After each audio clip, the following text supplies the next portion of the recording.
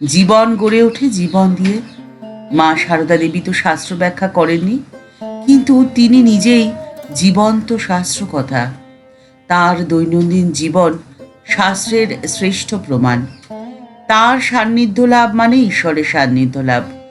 যতদিন শ্রীরামকৃষ্ণ স্থূলদেহে ছিলেন, ততদিন তার ব্যক্তিত্বের আড়ালে সারদা দেবী নিজেকে লুকিয়ে রেখেছিলেন।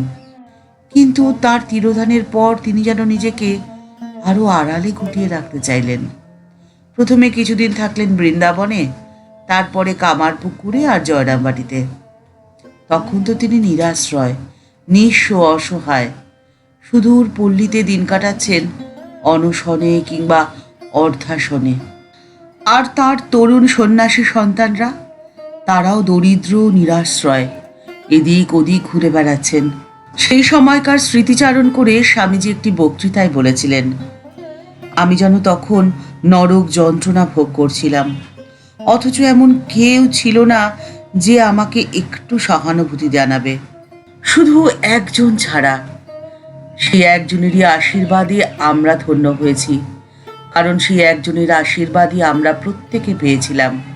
আর তার সহানুভূতি আমাদের মনে নতুন আশা সঞ্চারিত করেছিল। তিনি হলেন একজন নারী, একমাত্র তিনি আমাদের আদর্শের প্রতি আস্থা রেখেছিলেন, সহানুভূতি পোষণ করতেন। কিন্তু যদিও তিনি নিজে ছিলেন অসহায়, আমাদের চেয়েও দরিদ্র, এই নারী তো আর কেউ নন, স্বয়ং শঙ্খ জননী মা সারদা। শ্রীরামকৃষ্ণহীন নিঃসঙ্গ দিনগুলোতে তাঁর সন্তানদের কাছে তিনিই ছিলেন শ্রীরামকৃষ্ণের প্রতীক।